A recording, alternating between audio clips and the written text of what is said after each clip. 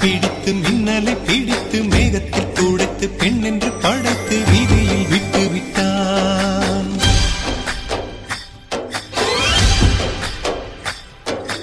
இப்படி இன்னொரு பெண்மையை படைக்க தன்னிடம் கற்பனை தீர்ந்ததை எண்ணித்தான் பிரம்மனும் மூர்ச்சையுற்றான்.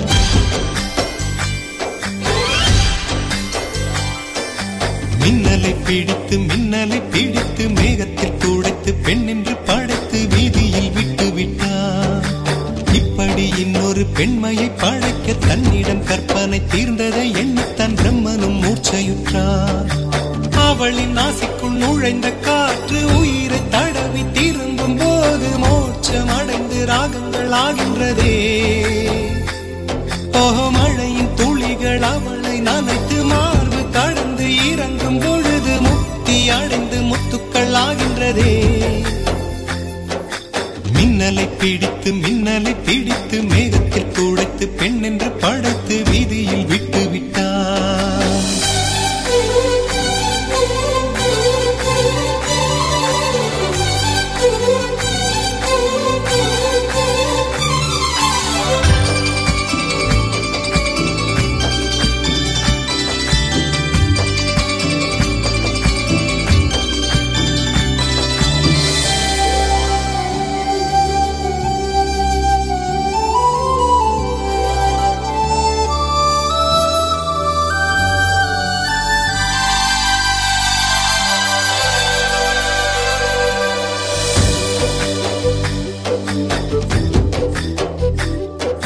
நிலவின் ஒளியை பிடித்து பாலில் நனைத்து கன்னங்கள் செய்து விட்டார். உலக மலர்கள் பறித்து இரண்டு பந்துகள் அமைத்து பெண்ணை சமைத்து விட்டார். அழகு என்பது ஆண்பாலா பெண்பாலா என்பதில் எனக்கு சந்தேகம் தீர்ந்தது. அழகு என்பது நிச்சயம் பெண்பாலடா. கவிதை என்பது மொழியின் வடிவம் என்றொரு கருத்தும் இன்று உடைந்தது. கவிதை என்பது கன்னி வடிவமடா.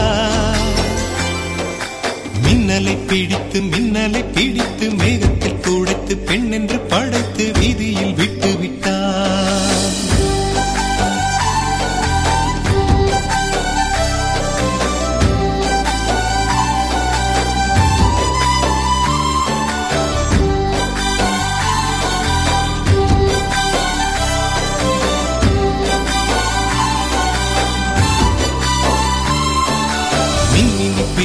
மின்மினி பிடித்து கண்களில் பதித்து கண்மணி கண் பறித்தாள்.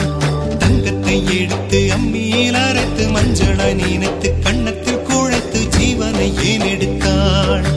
காவித்துறவிக்கும் ஆசை வளர்த்தவள் அருகும் புல்லுக்கும் ஆண்மை கொடுப்பவள் பெண்களின் நெஞ்சுக்கும் பித்தம் கொடுப்பவளே. தெரிந்த பாகங்கள் உயிரை தந்திட மறந்த பாகங்கள்